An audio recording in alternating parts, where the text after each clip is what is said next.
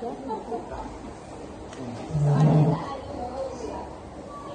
Assalamualaikum warahmatullahi wabarakatuh. Sebelumnya izinkan saya untuk memperkenalkan diri, Pak. Nama saya Dewi Kurniawati. Saya dari Universitas Muhammadiyah Sumatera Utara, jurusan Pendidikan Guru Sekolah Dasar. Nah, di sini tujuan saya, Pak, saya ingin observasi untuk nilai-nilai yang saya perlukan dalam penelitian saya, Pak. Izinkan saya untuk mempertanyakan beberapa pertanyaan, Pak, untuk data yang saya perlukan. Sebelumnya, boleh Bapak izinkan perkenalan dulu, Pak? Oh iya, saya perkenalkan diri juga ya. Oke, kenalkan, nama saya Muhammad Abdul Hasan Simatupang, SPD. Kebetulan saya wali kelas 5. Saya lulusan dari Universitas Negeri Medan, jurusan Pendidikan Pancasila dan Kewarganegaraan. Iya ya. Udah bisa dimulai apa pertanyaannya? Nah, untuk pertanyaannya itu, Pak, seputar sekolah. Nah, di sini kan Bapak sebagai wali kelas 5 nih, Pak, wali kelas 5. Nah, di situ jumlah siswanya ada berapa ya, Pak? Jumlah siswa kelas 5 31 orang. 31. Nah, untuk perpisahan antara laki-laki dan perempuannya jumlahnya berapa? Bapak itu mungkin selajar. Iya. Nah, di sini kan Karena kan ada beberapa yang sudah tidak sekolah lagi. Nah, itu kan jumlahnya kalau sekolah lebih juga dari sekolah. Jadi jumlahnya Bapak lupa untuk berapa. di sini kebetulan, Pak, judul saya itu implementasi nilai karakter dan keteladanan Kiai Haji Ahmad Dahlan pada mata pelajaran PKN di kelas 5 SD Muhammadiyah 19. Jadi data-data yang saya perlukan ini tadi, Pak, keseluruhan kelas 5 itu berapa, dan yang pertanyaan kedua itu, Pak, bagaimana penerapan kurikulum yang digunakan dalam proses belajar mengajar, Pak? Ya, jujur aja kan kita ini kan sedang transisi ya dari kurikulum 2013 menuju kurikulum Merdeka Belajar. Jadi kalau ditanya mana yang diterapkan, mana yang belum gitu kan, kita masih tetap berpegang teguh pada pendidikan karakter, pengembangan karakter. Jadi kita masih berada di K13 menuju belajar merdeka ya. Jadi kita lebih menekankan 3 aspek. Yang pertama karakter, yang kedua aspek kognitif, dan yang ketiga aspek psikomotorik. Jadi selain kita menuntut mereka memiliki pengetahuan, juga memiliki keterampilan, yang paling kita tuntut itu adalah aspek karakter. Nah, selanjutnya itu, Pak, apa saja kendala yang dihadapi siswa dalam proses pembelajaran, terutamanya PKN, Pak? Ya, utamanya kendala yang dihadapi siswa itu memahami bahasa-bahasa ilmiah. Karena bahasa ilmiah di sini baru masuk, misalnya ada proklamator di situ kan, itu diambil dari kata proklamasi. Apa sih, Pak, proklamator? Karena kan dalam PKN ini tidak 1-2 bahasa ilmiah, singkatan-singkatan seperti BPUPKI, PPKI, itu terkadang anak-anak sering lupa, udah diajari kan sering lupa. Contohnya seperti NIKA, PUC, itu kan juga singkatan gitu. Istilah-istilah asing contohnya seperti kultur style dan lain sebagainya. Jadi kesulitan mereka adalah dalam memahami istilah-istilah bahasa ilmiah itu dalam PKN atau Selanjutnya, Pak, bagaimana kemampuan siswa dalam proses pembelajaran PKN? Ini kemampuan apa nih? Memahami, mengimplementasikan. Oke, jadi kalau tingkat yang ditanyakan itu tingkat mengimplementasikan, ya sebenarnya anak-anak ini bisa, cuma lagi karena lingkungan rumahnya, mungkin karena lingkungan rumahnya ya.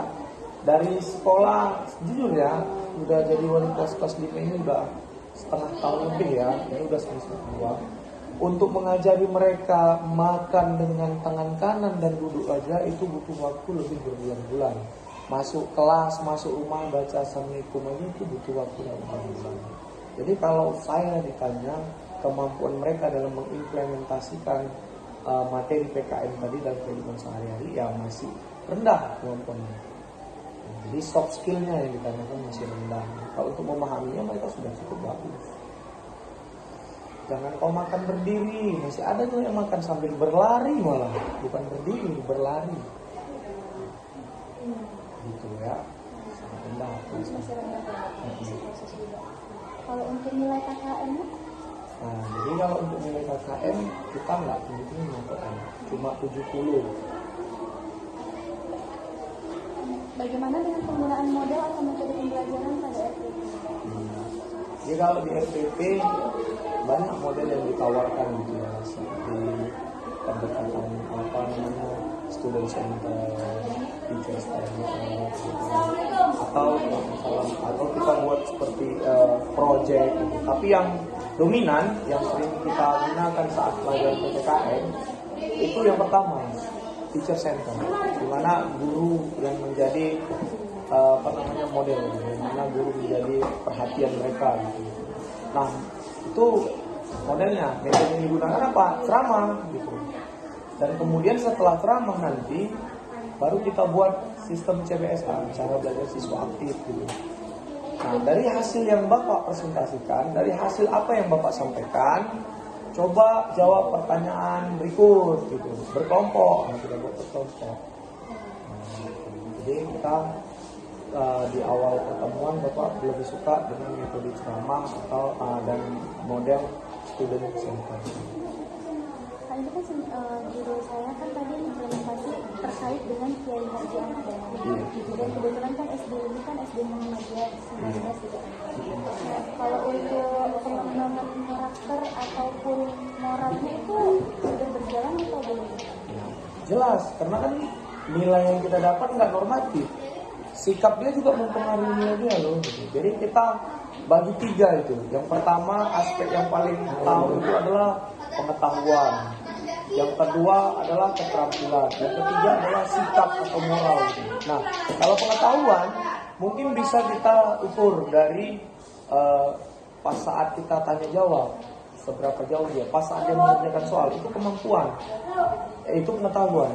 Kalau kemampuan atau biasa saya lekatkan dengan kemauan, itu saat kita kasih PR, ada nggak dikerjakan atau dituliskan orang tuanya nggak? Nah, yang terakhir baru moral kan gitu. Apakah dia bermoral di kelas, banyak tingkah, banyak nggak datang? Nah, jadi ketiga tadi barulah dapat nilai tadi. Berarti ini yang pertanyaan nomor 8, guru menyusun rencana pembelajaran mengutamakan pengembangan karakter itu sudah terjawab Iya, juga ya? ada di situ.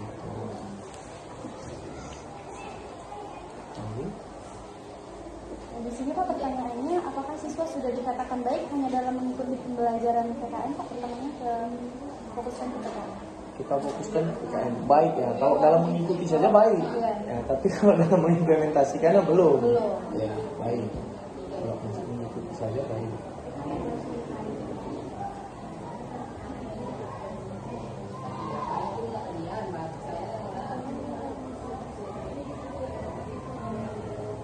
Terus Pak, apakah siswa sudah memiliki karakter yang baik? Saya kalau jujur, boleh jujur ya, belum. Itu butuhnya kita pendidikan. Apakah siswa sudah memiliki moral yang baik, Pak? Maksudnya kan udah diimplementasikan ya oleh sekolah, cuman udah dilakukan belum di sekolah ini? Udah dilakukan sih, cuma lagi ya siswanya masih juga belum. Masih ada beberapa lagi Ya, belum, Pak? saya bilang belum. Apakah masih ada siswa yang kurang baik? Sudah terjawab lah ya Pak tadi. Karena kan gini, jumlah siswa kita 30. Ya, dari 30 itu paling ada yang sudah memiliki moral dan karakter baik 5. Jadi kan kalau secara garis besar belum semua kan gitu. Jadi masih minimal Iya, ya. masih minimal. Bukan gak ada yang baik kan gitu. Nah, kalau dari segi pembelajarannya Pak, apakah sudah aktif? Ya, aktif semua. Kalau anak-anak belajar aktif, semuanya nggak mau ketinggalan.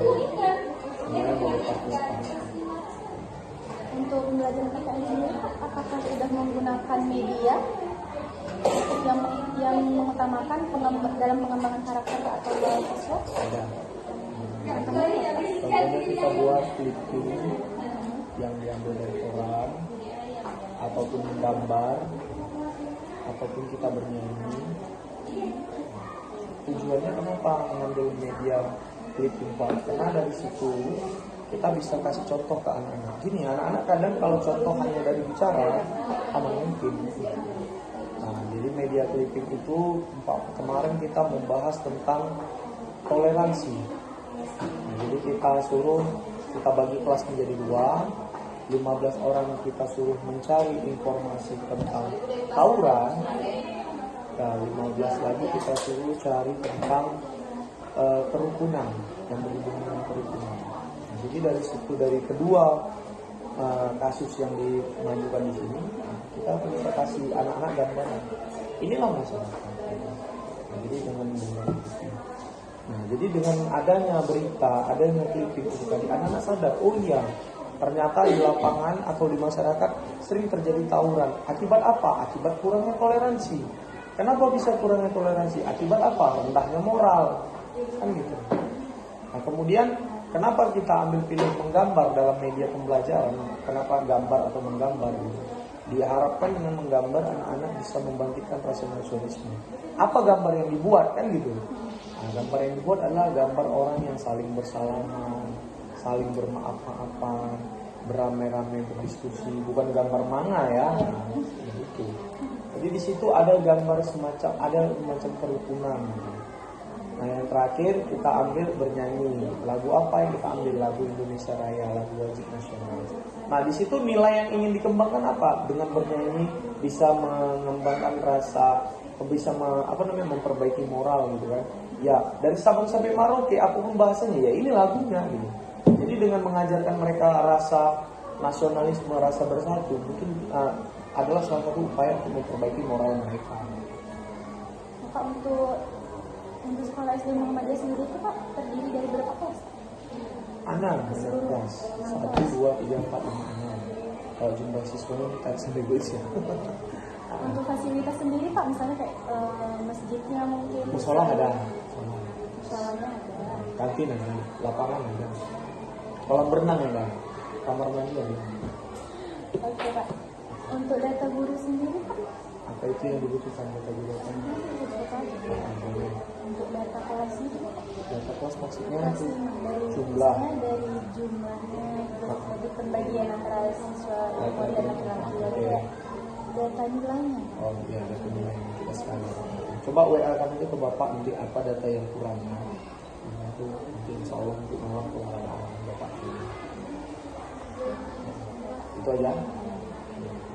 Jadi implementasi nilai-nilai karakter dan keteladanan yang diamalkan, ada metode pembelajaran. Karena kan sesuai sama SD sendiri kan Pak, SD-nya kan SD Muhammadiyah, makanya dapat inspirasi seru nih kayaknya gitu kan, mau diimplementasi. Ya, ini metode penelitiannya gantian Bapak yang tanya kamu. Jadi kamu menggunakan metode penelitiannya kualitatif atau kuantitatif atau mix metode? Kualitatif. Nanti Bapak satu orang sendiri. Jadi Bapak jadi pengujinya ya. Oke lah, itu aja asik sih pembahasan. Ya, sukses lah semuanya. Nanti Bapak kirim beberapa data. Sekian Pak pertanyaan dari saya. Terima kasih atas jawabannya. Saya akhiri. Wabillahi taufiq wal hidayah. Wassalamualaikum warahmatullahi wabarakatuh. Waalaikumsalam. Formal. Santai.